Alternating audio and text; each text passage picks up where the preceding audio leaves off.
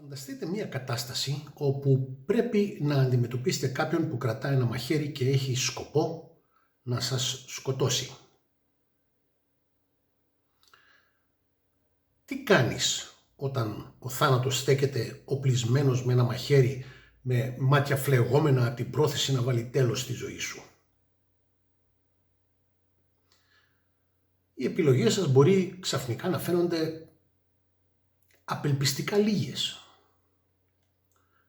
Εκεί είσαι, άοπλος, και αντικρίζεις εκείνον τον άνθρωπο περίπου 2-3 μέτρα από σένα, έτοιμος να σου ορμήσει και να σε τελειώσει.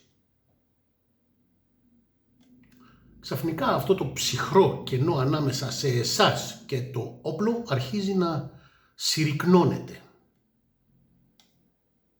Τι κάνεις? Ή τι θα λέγεται για το ακόλουθο σενάριο? Μια συνηθισμένη ηλιόλουστη μέρα, βρίσκεστε σε μια παιδική χαρά με το παιδί σας και ξαφνικά ένας μενόμενος γεροδεμένος άντρας μπαίνει σε αυτό και με βίαιη αχαλήνωτη φρενίτιδα τρέχει τριγύρω κραδένοντας ένα μαχαίρι, στοχεύοντας στο αθώο γέλιο των παιδιών. Μαχαιρώνοντάς τα, μεταμορφώνοντας την παιδική χαρά σε μια εφιαλτική σκηνή. Χοντρό σενάριο για την Ελλάδα. Αλλά πολλά που κάποτε θεωρούσαμε χοντρά, με τον χρόνο έχουν γίνει σχεδόν καθημερινότητα.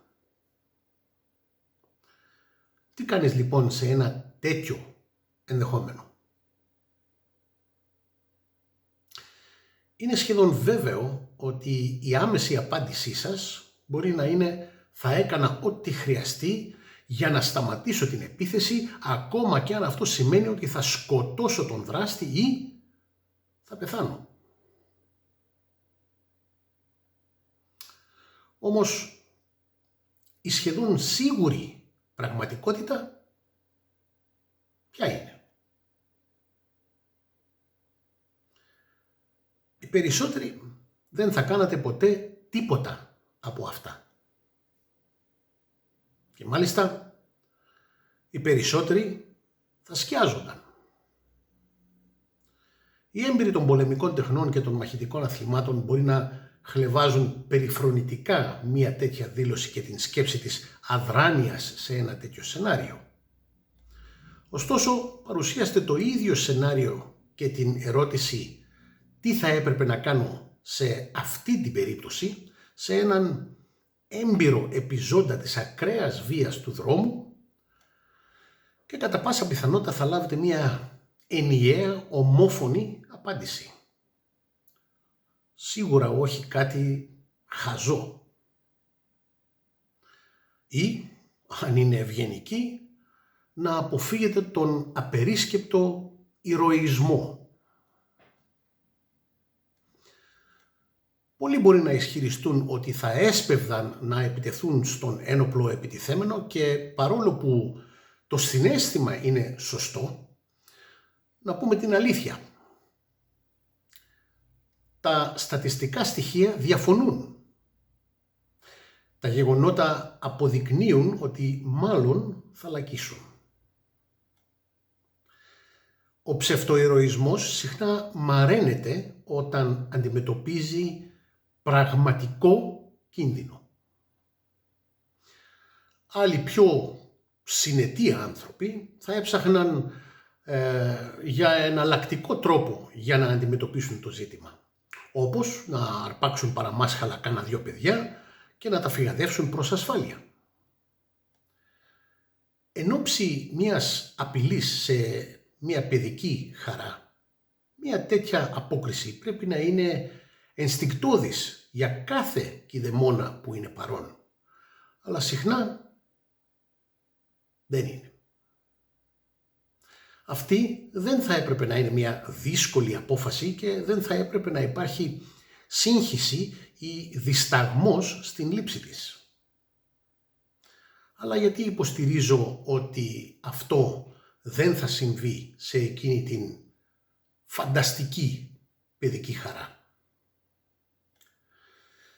Σήμερα έχω να ρίξω λίγο φως σε αυτό το θέμα από την πλευρά του Competitive Group για ένα πραγματικό συμβάν που έλαβε μέρος τον Ιούνιο του 2023 και να σας σώσουμε από το να κάνετε κάτι ανόητο.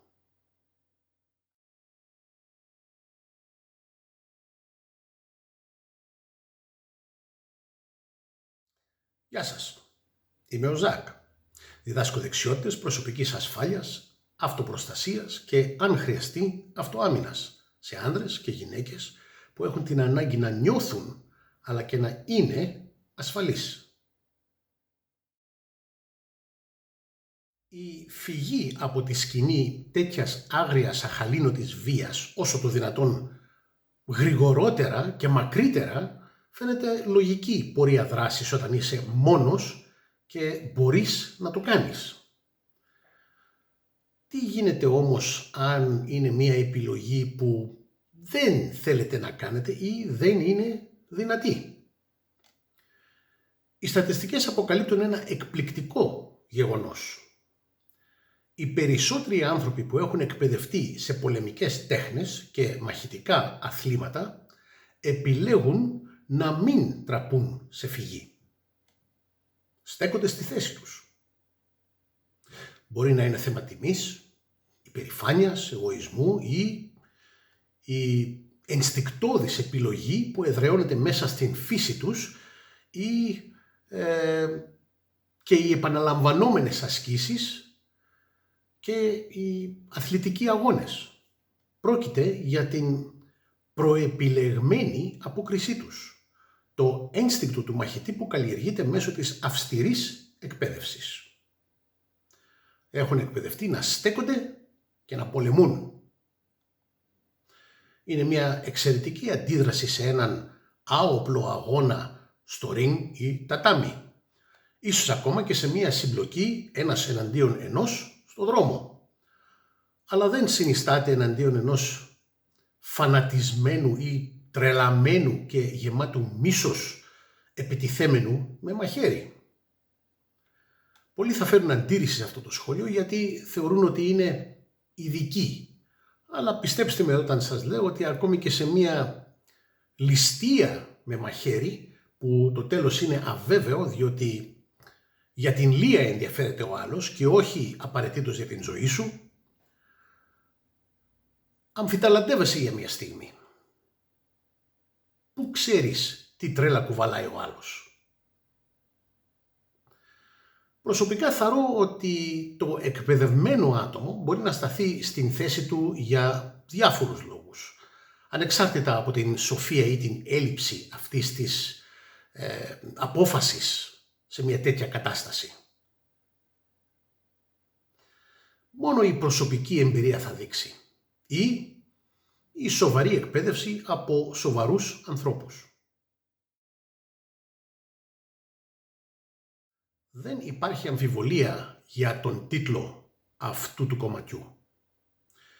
Όταν βρίσκεστε υπό ψυχοφυσική πίεση, έχει αποδειχθεί εκατοντάδες εκατομμύρια φορές στη διάρκεια των χιλιετιών σε αμέτρητες συμπλοκές ότι ο κόσμος πέφτει στο επίπεδο της εκπαίδευσης που έχει λάβει. Αν είσαι ο πιο εκπαιδευμένος, πιο σκληραγωγημένος και πιο κακός μαχητής στον πλανήτη, θα αντιδράσεις ακριβώς όπως εκπαιδεύτηκες, όπως σου έμαθε η πείρα. Αν δεν είσαι εκπαιδευμένος, είναι μεγάλη η πιθανότητα να καταλήξεις ανάπηρος ή νεκρός. Λίγες τυχερές ψυχές μπορεί έστω ενστικτωδώς να κάνουν το σωστό. Είναι σπάνιες εξαιρέσεις. Ο στρατηγός George Patton είπε «Μάχεσαι όπως προπονείσαι». Και για να έρθουμε πίσω στον γονέα, κάθε γονέα στον πλανήτη θα δηλώσει κατηγορηματικά ότι θα εξοντώσει κάθε απειλή στο παιδί του, ακόμη και όπως δηλώνουν κατηγορηματικά να σκοτώσει ένα επιτιθέμενο που το απειλεί. Όμως ξέρουμε αποδεδειγμένα ότι η πραγματικότητα είναι διαφορετική. Δεν με πιστεύετε? Εκατοντάδες χιλιάδες παιδιά συνεχίζουν να πέφτουν θύματα βίας, απαγωγής, σεξουαλικής κακοποίησης, μερικές φορές από τους συγγενείς τους. Και η παρέμβαση είναι σπάνια. Μια σκληρή, πικρή αλήθεια. Επιπλέον, η συχνότητα με την οποία οι γονείς αντεπιτίθενται όταν το παιδί τους δέχεται επίθεση είναι στατιστικά πολύ χαμηλή, παρά το τι λένε ότι θα έκαναν. Πάρτε τώρα την κατάσταση όπου κάποιος μαχαιρώνει το παιδί σας, όπως στην Γαλλία στις 9 Ιουνίου του 2023. Θα νομίζατε ότι αυτοί οι γονείς θα είχαν αντιδράσει με ακραία βία, συμπεριλαμβανομένου του άνδρα που έσπευσε να αποσπάσει την προσοχή του επιτιθέμενου με το σακίδιό του. Αλλά δεν τον εμπόδισε, ούτε τον σταμάτησε. Είπαμε ότι αυτό είναι το σωστό ένστικτο όταν πρόκειται για την υπεράσπιση ενός αθώου παιδιού. Όλοι οι παρευρισκόμενοι έπρεπε να είχαν επιτεθεί αμέσως σε εκείνον τον τρελαμένο μαχαιροφόρο, να του πετάξουν και να τον χτυπήσουν με ό,τι τους ερχόταν στο χέρι. Αντίθετα, ούρλιαξαν, προσπάθησαν να σταθούν ανάμεσα στο παιδί τους και τον μαχαιροβγάλτη, άλλοι κάλυψαν τα παιδιά τους με το κορμί τους και άλλοι πάγωσαν από τον πανικό. Τα πόδια τους έγιναν λαστιχένια και παρακολουθώντας με τρόμο δεν έκαναν τίποτα περισσότερο. Καμία αποφασιστική ενέργεια, καμία επιθετική στάση, καμία αντεπίθεση, καμία αρπαγή του παιδιού τους και τρέξιμο και τίποτα που θα απέτρεπε την επίθεση στα άλλα παιδιά. Ωστόσο, εδώ έχουμε γονείς σε όλο τον κόσμο που επιμένουν ότι θα σκότωναν οποιονδήποτε προσπαθεί να βλάψει το παιδί της. Τι γίνεται με αυτήν την ατσάλινη αποφασιστικότητα? Πού πήγε? Θα αποκριθούν με τα ηρωικά αντίπεινα που υπόσχονται? Τι λέτε? Αρχικά πιστεύω ότι πολλά εξαρτώνται από το ίδιο το άτομο και την ψυχοσύνθεσή του. Αλλά η πραγματικότητα για τους περισσότερους, η απάντηση θα βρίσκεται στην απειρία ή και την έλλειψη σωστής εκπαίδευσής τους. Ας το εξετάσουμε το σχόλιο αυτό λίγο παραπάνω.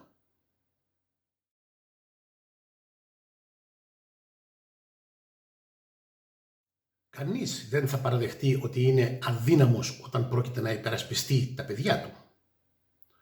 Όλες και όλοι επιμένουν θα γίνουν ένα προστατευτικό μενόμενο λιοντάρι έτοιμο να σκίσει και να σκοτώσει τον επιτιθέμενο που απειλεί τα μικρά τους όταν έρθει η ώρα. Σωστά? Αλλά όταν φτάσει ο κίνδυνος θα κρατήσουν το έδαφος. Θα τραπούν σε φυγή ή θα παγώσουν? Θα είναι και ικανοί και πρόθυμοι να σταθούν ως ασπίδα? Θα γίνουν το δόρυ της αντιπίθεσης? Στατιστικά, όπως είπαμε, η απάντηση είναι πιθανότατα όχι. Δυστυχώς οι περισσότεροι άνθρωποι θα λυγίσουν υπό τέτοια ακραία πίεση. Ξέρω. Πολλοί με βρίζετε λέγοντας ότι εσείς είστε διαφορετικοί και λέω μαλακίες. Η πραγματικότητα όμως αποδεικνύει ότι οι άνθρωποι θα κάνουν ακριβώς ό,τι έχουν εκπαιδευτεί να κάνουν. Και αν δεν έχουν εκπαιδευτεί, θα αντιδράσουν με τον ίδιο τρόπο που έκαναν αυτές οι μητέρες στην παιδική χαρά. Είναι μια σκληρή αλήθεια να καταπιεί κανείς, γιατί όσοι φαντάζονται τους εαυτούς τους ως γενναίους προστάτες στο μυαλό και την καρδιά τους, είναι βέβαιοι ότι θα αντιδρούσαν σαν μια ένα λιοντάρι που πολεμά μια επίθεση στα μικρά του. Γιατί λοιπόν αυτές οι μητέρες δεν έκαναν τίποτα? Γιατί αυτός ο μοναχικός, με κάθε καλή πρόθεση εξυπηρετικός άνδρας, δεν συνέτριψε αυτόν τον μαχαιροφόρο επιτιθέμενο? Θαρώ ότι η απάντηση και πάλι είναι έλλειψη εκπαίδευσης. Εάν έχετε εκπαιδευτεί να μάχεστε σε αγώνες, μπορεί ίσως να το κάνετε αυτό. Αλλά υπάρχουν ακόμα πολλά ζητήματα που πρέπει να αντιμετωπίσετε και που δεν έχετε υπόψη σας, ούτε κάνει ποτέ, διότι δεν σας τα δίδαξε κανένας. Οι άνθρωποι κάνουν παράξενα πράγματα όταν βρίσκονται υπό πίεση και πάντα επιστρέφουν σε αυτό που γνωρίζουν καλά. Και σε αυτή την περίπτωση αυτές οι γυναίκες δεν γνώριζαν τίποτα. Ούτε και ο καλοθελητής άντρας που έτρεξε να βοηθήσει. Είναι αυτές οι αδυναμίες που οι άνθρωποι αναγκάζονται να αντιμετωπίσουν σε σοβαρά μαθήματα αυτοπροστασίας και αυτοάμυνας. Όχι πως να χτυπάνε με μπουνιές και κλωτσιές. Αυτά μπορεί να τα κάνει οποιοσδήποτε. Χιλιάδες τεχνικές μπορούν να διδαχθούν, αλλά είναι άχρηστες εάν δεν έχετε εκπαιδευτεί να ανταποκρίνεστε έχοντας κατά νου την ασφάλειά σας πρώτα.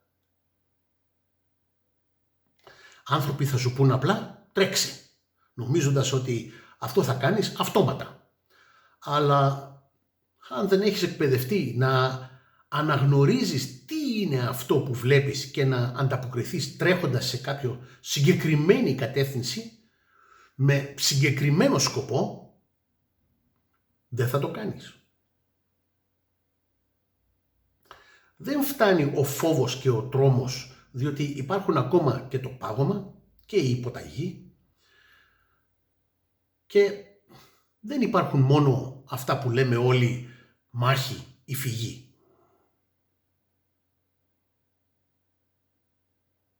Η σωστή εκπαίδευση αυτοπροστασίας και αυτοάμυνας θα σας προετοιμάσει να αναλάβετε αποτελεσματική δράση. Εδώ είναι που οι άνθρωποι που αγνοούν τη γνήσια εκπαίδευση αυτοπροστασίας και αυτοάμυνας πιστεύουν άστοχα ότι είναι ειδικοί. Το έχουν. Είναι διαφορετικοί και εμείς δεν τους γνωρίζουμε προσωπικά, ούτε καταλαβαίνουμε την νοοτροπία τους ή δεν ξέρουμε γιατί είναι ικανοί και πόσο επικίνδυνοι είναι άμα τρελαθούν και ούτω καθεξής. Εμείς στο Combatives Group εγγυόμαστε, αν ρωτήσουμε οποιονδήποτε γονέα στον πλανήτη τι θα έκανε σε αυτή τη φρικτή περίπτωση, θα απαντούσε ακριβώς όπως εσείς. Θα τον τσάκιζα, θα τον σκότωνα. Είστε σε θέση να το κάνετε? Πραγματικά?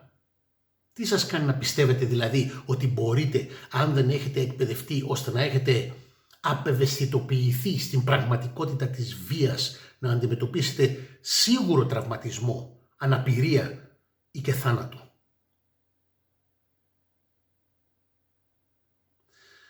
Όλα είναι άχρηστα αν δεν εμπεδώσετε ότι αυτό που μετράει πάνω απ' όλα δεν είναι οι τακτικές και οι τεχνικές, αλλά τα κότσια να τις ασκήσεις με λυσαλέα πρόθεση για να κάνεις κακό. Αυτό το τελευταίο είναι που πρέπει να καλλιεργήσει κανείς επιμελώς πρώτα, ώστε όταν χρειαστεί απλά να εκφράσει το πνεύμα αυτό μέσα από τα εργαλεία που διδάχτηκε. Δεν υπάρχει αμφιβολία σε οποιουδήποτε νου έμπειρο στη βία ανθρώπου, του δρόμου, ότι μάλλον δεν θα ήσασταν ικανοί ή πρόθυμοι να το κάνετε.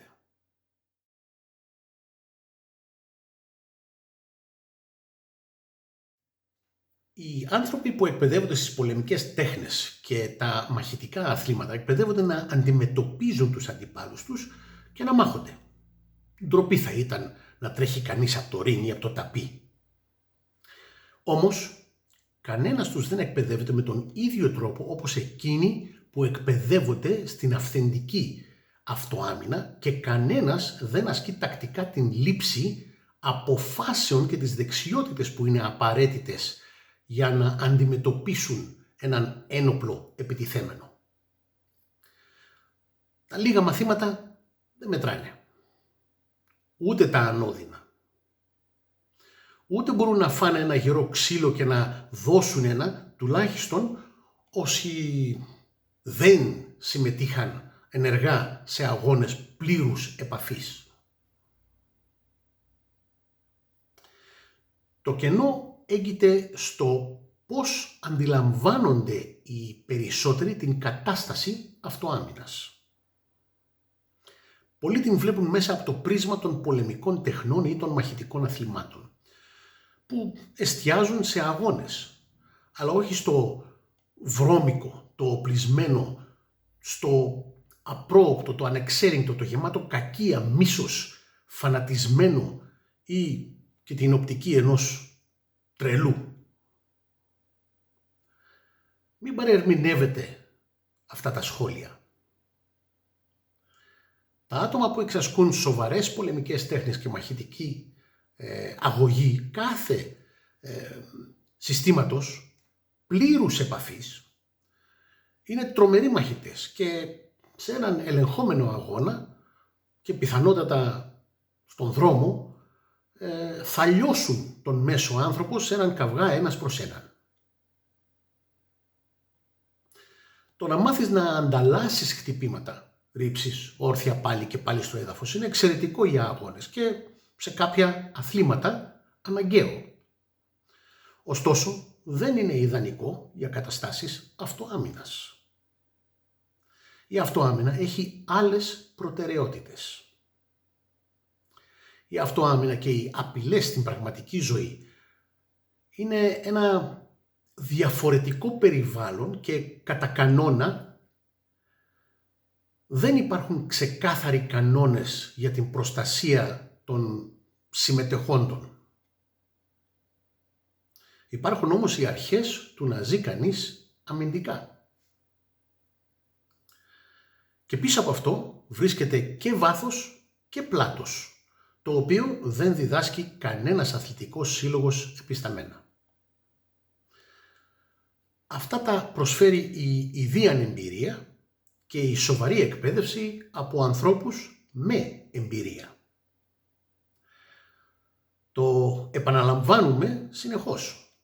Τα μαχητικά αθλήματα έχουν κανόνες και κανονισμούς και η παραβίασή τους θα σας οδηγήσει σε αποκλεισμό, αλλά σε θέματα αυτοάμυνας απαντάτε στον νόμο και οι κυρώσεις του νόμου είναι απείρως πιο οδυνηρές. Το Compatives Group τονίζει ότι νομικά θέματα θα ακολουθήσουν οποιαδήποτε συμπλοκή στο δρόμο.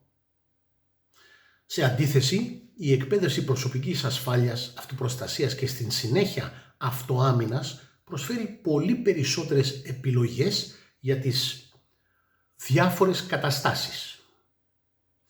Αυτές οι επιλογές θα σας προσφέρουν την ευελιξία να προσαρμοστείτε στην απρόβλεπτη φύση της βίας στον πραγματικό κόσμο που χρειάζεται υποπίεση. Και το σημαντικότερο, να δώσετε προτεραιότητα στην ασφάλειά σας και τον γύρω σας. Η πολύχρονη πείρα σε αγώνες και ο ανταγωνισμός δεν σας εκπαιδεύουν για αυτοάμυνα, αλλά ούτε σας δίνουν περισσότερες από 2 επιλογές στο δρόμο. Να δώσετε μάχη ή να παραιτηθείτε στο έλεος του άλλου. Μέχρι στιγμής, όποιος παρακολουθεί θα έπρεπε να έχει καταλήξει στο συμπέρασμα ότι οι άνθρωποι θα κάνουν αυτό που ξέρουν καλύτερα. Όταν δεχτεί επίθεση, ένα άτομο χωρίς εκπαίδευση πιθανότατα δεν θα ξέρει τι να κάνει. ένας εκπαιδευμένος στις πολεμικές τέχνες ή στα μαχητικά αθλήματα, θα προσπαθήσει να χρησιμοποιήσει ό,τι τεχνικές γνωρίζει. Και ένα άτομο που έχει εκπαιδευτεί ορθά στην αυτοπροστασία και αυτοάμυνα θα κάνει αυτό που είχε εκπαιδευτεί. Το μοτίβο είναι το ίδιο. Θα κάνεις αυτό που ξέρεις καλύτερα. Ο λόγος που εμείς στο Competence Group επιμένουμε ότι ένα καλά εκπαιδευμένο στην αυτοπροστασία και αυτοάμυνο άτομο θα τα πάει καλύτερα είναι απλός. Η εκπαίδευσή μας είναι εξειδικευμένη στην απαραίτητη διαδικασία σκέψης και ενέργειες που θα τους βοηθήσουν να επιβιώσουν από ένα τέτοιο κρίσιμο περιστατικό. Δηλαδή εκπαιδεύονται ειδικά. Δεν έχει να κάνει αποκλειστικά με αρπαχτοκλωτσομπουνίδι το οποίο ελοχεύει και αβέβαιο τέλος. Ξεκινάμε με πράγματα όπως την αξιολόγηση του κινδύνου, την αναζήτηση για την έξοδο, η αναζήτηση για όπλα στα χέρια του επιτιθέμενου, η αναζήτηση άλλων επιτιθέμενων, η αναζήτηση ενός πρόσφορου όπλου, την επίγνωση της κατάστασης και να δράσουν βάσει σχεδίου και όχι αψυχολόγητα και λοιπά. Αυτές οι εγκεφαλικές, ψυχολογικές και σωματικές ενέργειες σε συνδυασμό με την πνευματική, ψυχική και επικοινωνιακή εκπαίδευση που λαμβάνουν οι άνθρωποι μας είναι πολύ διαφορετικές από τα άλλα είδη που πλασάρονται και ως αυτοάμυνα.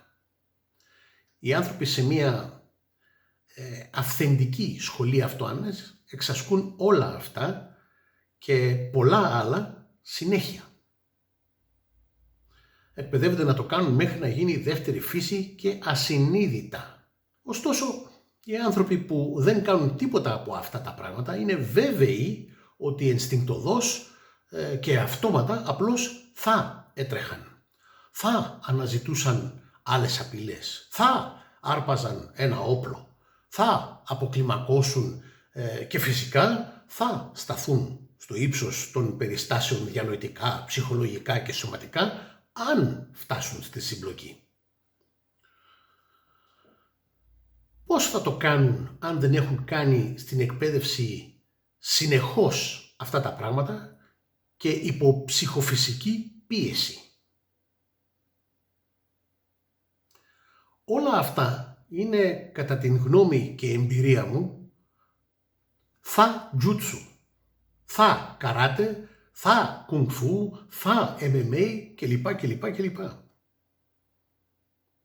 Όπως έχω ξαναπεί, αν είστε άπειροι ή μη εκπαιδευμένοι, δεν θα κάνετε τίποτα από αυτά υπό πίεση. Γιατί δεν τα έχετε εξασκήσει εξαντλητικά ποτέ.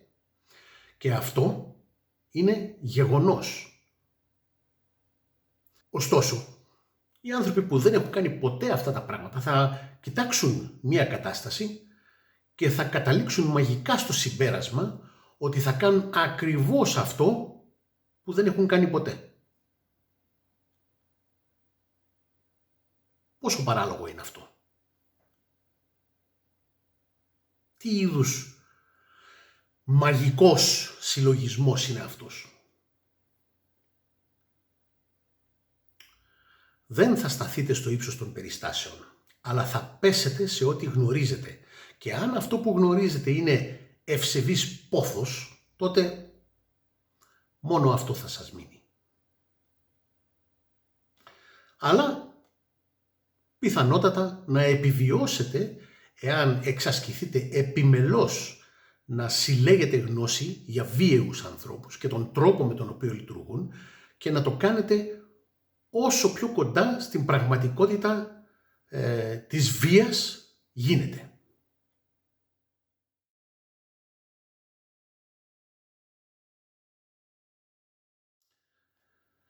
Εν κατακλείδη, η εκπαίδευση αυθεντικής αυτοάμυνας σας εξοπλίζει με πολλές επιλογές, οπλίζοντας σας με την απαραίτητη ευελιξία για να προσαρμοστείτε στην απρόβλεπτη φύση της βίας και στον πραγματικό κόσμο. Η αντίληψη ότι όλοι είναι επαρκώς εξοπλισμένοι να ανταποκριθούν αποτελεσματικά σε μια βίαιη απειλή χωρίς την κατάλληλη εκπαίδευση είναι λανθασμένη. Απειροελάχιστοι καταφέρνουν κάτι τέτοιο. Εάν δεν κάνετε εκπαίδευση που σας προετοιμάζει για τις σκληρές πραγματικότητες της βίας, το πιθανότερο είναι ότι δεν θα αποκριθείτε όπως νομίζετε. Θυμηθείτε, η καλύτερη άμυνα εναντίον σε μια βίαιη απειλή, πέρα από το να μάθετε να ζείτε αμυντικά, είναι να καλλιεργήσετε το πνευματικό περιεχόμενό σας, να έχετε ένα σχέδιο δράσης, να συμμετέχετε σε ρεαλιστική εκπαίδευση, να οπλιστείτε με έγκυρες γνώσεις και εύκολα εφαρμόσιμες σωματικές δεξιότητες, να βελτιώσετε το ένστικτό σας και πάνω απ' όλα να είστε προετοιμασμένοι. Έτσι κάνουν οι επαγγελματίες και έτσι οφείλουν να κάνουν όσοι οι σοβαροί άνθρωποι επιθυμούν να μάθουν οτιδήποτε. Μπροστά στον κίνδυνο, η προετοιμασία μέσω ρεαλιστικά βίαιης εκπαίδευσης του δρόμου μπορεί να σημαίνει την διαφορά μεταξύ ζωής και θανάτου. Εδώ κλείνουμε το θέμα. Να προσέχετε εκεί έξω.